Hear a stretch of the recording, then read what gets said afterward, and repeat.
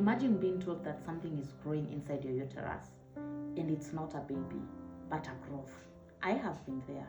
I was diagnosed with fibroids, and as a doctor, I thought I knew all there was to know.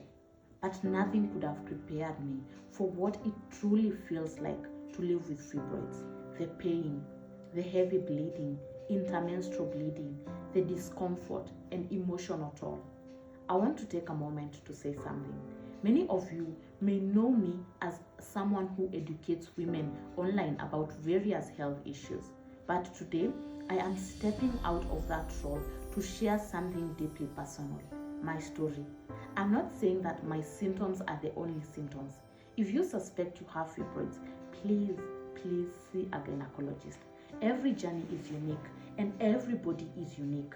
I will be speaking about fibroids in a personal way, how fibroids have impacted my life, the symptoms I endured, the difficult decision to undergo a myomectomy, and my surgery experience. Shall we? So, this is where it started. I don't remember the exact month, but somewhere in January or February of 2024, I started noticing that my periods were getting heavier than usual. I used to use always sanitary pads, the normal size. I would change pads maybe 4 times a day, and that is during the first days when my flow was heavy, and then 2 times at night. And then as days went by, the flow got lighter and the number of pads I was using would become fewer day by day. So my periods would last 6 to 7 days, and I would use approximately 12 to 16 pads throughout. So I used to buy the always twin pack. I used to carry 2 to 3 pads when I'm leaving the house so that I can change during the day. So now, fast forward to 2024, I started noticing that I am using more pads than usual. So I would carry 3 pads when I'm leaving the house, and by 11 a.m., I have used all the 3 pads. I started wondering what is going on, but I told myself that maybe, I even don't know what I told myself, because I think I totally ignored it. So the first day this happened, I remember running to a supermarket and buying pads, looking for a toilet and changing, and I started keeping pads in my car so that anytime I am out of the house, I will always have pads. Remember, at night I used to change maybe twice. Now I started changing like 4 times. I kept waking up in the middle of the night. There is a way you just feel uncomfortable when a pad is full and you just find yourself waking up. Sometimes I would wake up when it's too late, and well, let's just say my bedsheet looked like something straight out of a crime scene. And mark you, I am not on any family planning. I am 100% celibate. So I'm not even on any emergency pills. So I couldn't understand what was causing this. My period length was the same. I was not experiencing any cramping or pain. The only issue was heavy flow. So I told myself, the issue is the brand, the pads. These pads are not good. It's like nowadays they are very thin. I went out and bought Cortex, now the maxi one. But now things started getting worse. I would change a pad like 6, 7, 8 times a day. They would feel so fast that by the time I'm noticing, there is blood on my panties and now on my clothes. It started getting messy to a point that I was afraid of going anywhere when I had my period. And if I had to go anywhere, I would be very uncomfortable, like going to the toilet every 20-30 minutes. I used to carry like 10 pads in my bag. I remember a friend who entered my car and asked me if I'm a pads sales lady or a brand ambassador, because there were pads everywhere. Kwanza the dashboard compartment, mine was a pads compartment. And then, you know, the way your periods are heavy on day 1, lighter on day 2, and they keep reducing. Mine were heaviest on day 1, heavier on day 2, and very heavy on day 3, and they would start reducing on day 4. So I said I will go and see a gynecologist. But every time when my period stopped, I forget all the problems I had till next time when I get my period again. Then I remember I used to be like, here we go again. This time I will go and see a gynecologist. And after that I would postpone. And this went on for months. All this time I am educating you guys on TikTok and YouTube. And I remember saying, you know your body better than anyone. If you notice anything unusual, see the doctor. but I could not give myself that advice for some reason. I have also made countless videos on fibroids and menorrhagia, but I think I was in denial. And a part of me used to think I have fibroids. I actually remember telling my friend, I think I have fibroids, but I will go and get checked. Back in 2022, my mom started bleeding abnormally, in between periods, very heavy bleeding, and she was diagnosed with fibroids. She was 49 years old. So they opted to remove the whole uterus. So when I am going through all this, I am thinking I have a family history of fibroids. And at some point, I might get fibroids. And this made me so afraid of getting checked. So I kept on postponing to next week. I will go next week, and next week I will go next week. But next week never came for me. Ni next week. Ikiwa ni next week ya hii Ijumaa, ukirudi tena Ijumaa unakuambia next week. So this time things kept getting worse. I remember I took a trip to Dubai in July. So my periods started 3 days before the trip. So I was like, by the time I get to Dubai, the flow will be very light. So we got to Dubai, and true to my word, my flow was very light. I was actually using tampons, and I remember one afternoon on day 2 in Dubai, we were going shopping. So I put on black tights, and something told me, carry a tampon. I was like, for what? We are not even going to stay there. My periods are light. Actually I'm on the last days. But something kept telling me. So I carried the tampon. So we took the metro to Deira and did some shopping. As we were coming back, I just touched my pants and saw blood. Oh my God. But the pants were black, so nobody could see anything. So where we alighted the metro, I asked my friends to give me some minutes. I went to the washrooms, and my pants were full of blood. Thankfully, I had bought some clothes in Deira, so I changed the tampon and wore the new pants. I went back to my friends, and there were guys there, so I could not just explain the situation. I had this feeling that they knew what was going on, but no one dared to ask, and I was not about to explain to them either. So shall we go? So we were to leave the metro, go take supper, and go back to the hotel. Guys, do you know that by the time we were outside the metro station, the tampon was full. It was full and blood was leaking in less than 10 minutes. Now I am shocked. I am very uncomfortable. I'm not even talking to anyone. I had a shawl in my bag. I just tied it around my waist and started praying that it will hold till we get to the hotel. It did. But the way my clothes were looking, oh my God. And imagine, even after all this, I did not go to the doctor. Now, looking back, I keep asking myself, what were you waiting for? Fast forward to September of 2024, I received my period. It was heavy. I think I was now so used to this that I had already accepted it as my new normal. But this time I used 10 pads, maxi pads on the one, every 1 hour, every 1 hour. That is when it really hit me that there is a problem here, and if I don't see a doctor, I will bleed to death.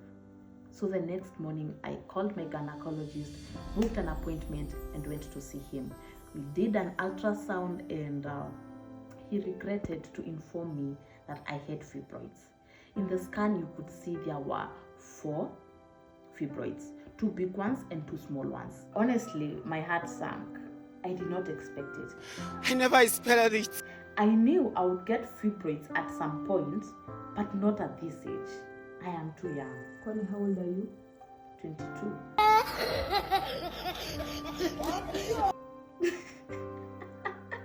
That's not the point. The point is, I am still too young. Okay, young at heart. He told me about how the best treatment option is removing them. Other treatment options don't help as much, and that they could trigger an early menopause.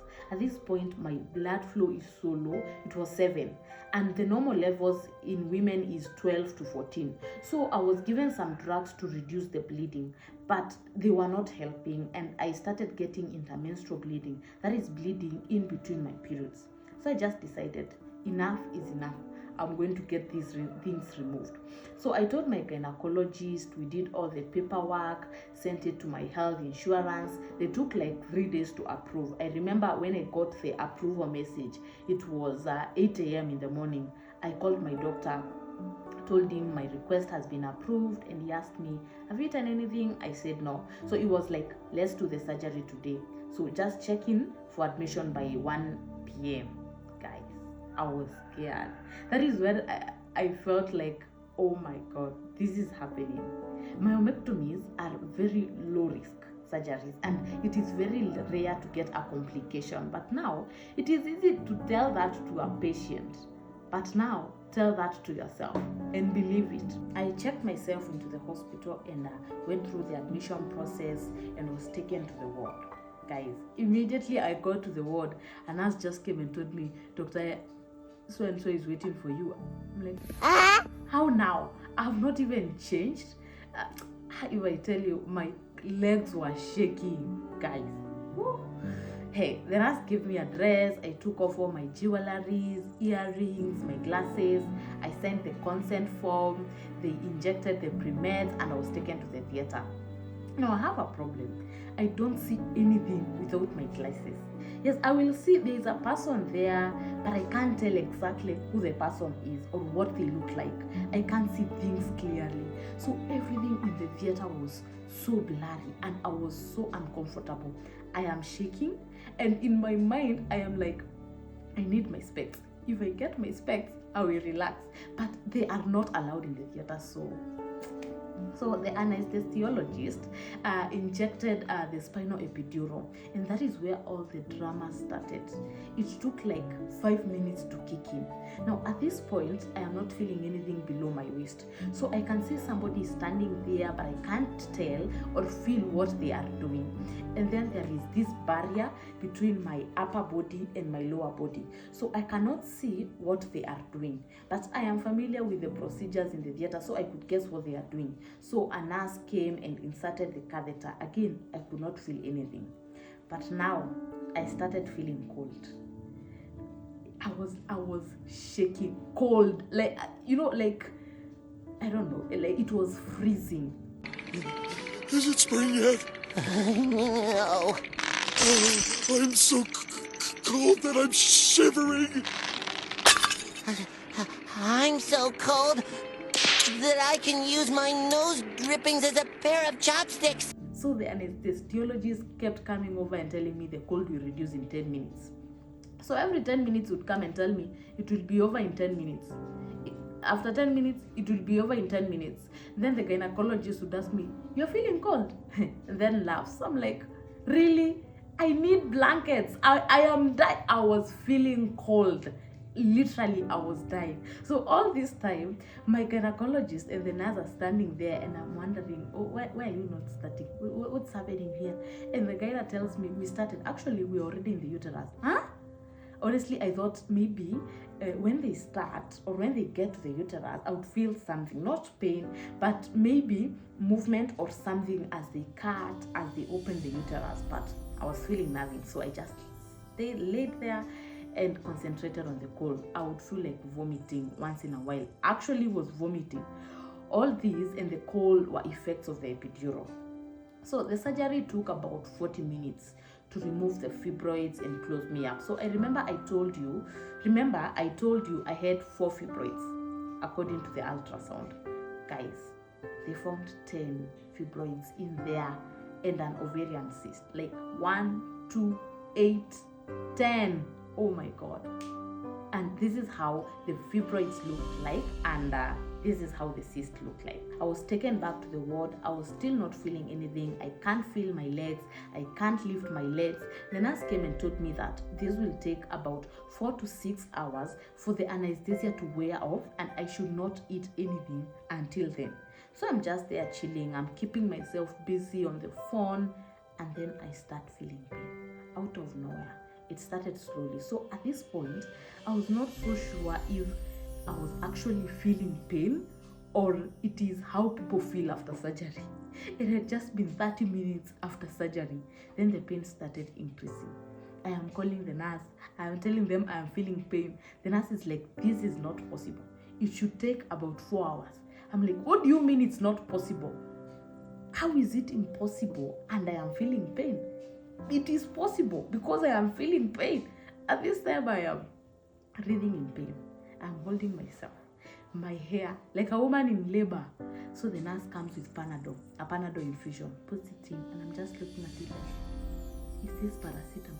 You guys are giving me Panadol, and you want me to die. I am feeling so much pain. I was so sure Panadol could not help me. And after the infusion was over, the pain was still there. Actually, now it was 15/10. Now the nurse comes back and injects tramadol. Still, the pain is increasing. Now they are shocked. I am also shocked. My gyna was, I don't understand what is happening here. Now this was around 4 p.m. At this point, I looked like I am in labor. I was not seeing anybody. My friends were there. I could not hear what they were saying. The nurse would come, check on me, tell me they could not give me any more painkillers. I'm just like, you can give me morphine. Why are you guys not giving me morphine? You want me to die? Hey. No.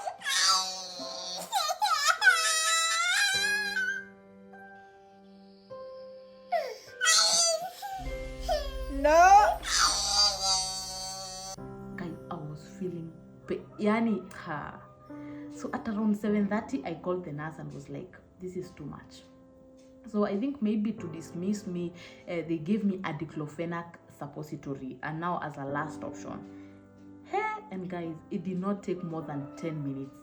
The pain started decreasing. And just like that, the pain was over and I slept. That experience, even for me as a medic, still does not make sense. First, the anesthesia wears off too early, and then my body stops responding to any painkiller. So fast forward, I stayed in the hospital for 3 nights. They were just giving me pain meds and antibiotics. The catheter was removed on day 2 and I could walk around. I would read books, do my work on my laptop. And the pain was very bearable. I was bleeding just like periods, but not so much. I could not sleep on my stomach. I could not do anything strenuous, but I kept on improving daily. The bleeding stopped after a few days. I stopped taking painkillers after 5 days. Now, the only thing I could not do was laugh or cough. Hey, try coughing with that. Oh my God. It has been 1.5 months now, and this is how the scar looks like. It looks almost invisible. And I got my first period in December, but it was very, very heavy. It was actually heavier than I used to have before the myomectomy. But now this is normal because the uterus is healing. The lining is healing after being dissected and stitched back together. And my second period was lighter. Actually, I can say now my periods are back to normal. I can now save my money. I was using all my money to buy pads, by the way. The sad thing about fibroids is that mostly they come back. There's nothing much I can do about that, but I just pray that they don't, because I would not want to experience that again. I shared this story because I know many women out there are dealing with fibroids and may feel stuck. You might be overwhelmed by conflicting advice. Some people say go get them removed, while others suggest leaving them alone. What I want to tell you is listen to your body. Choose what feels best for you and your health. For me, having them removed was the right decision because I couldn't keep losing so much blood. This experience is a reminder that beyond being a doctor, I am also a woman who faces the same challenges many of us go through. If you have ever dealt with fibroids or other women's health issues, I would love to hear from you. What was your experience like? How did you make your decision? Let us share and support each other in the comments. And if you have any questions for me, feel free to ask and I will definitely answer them.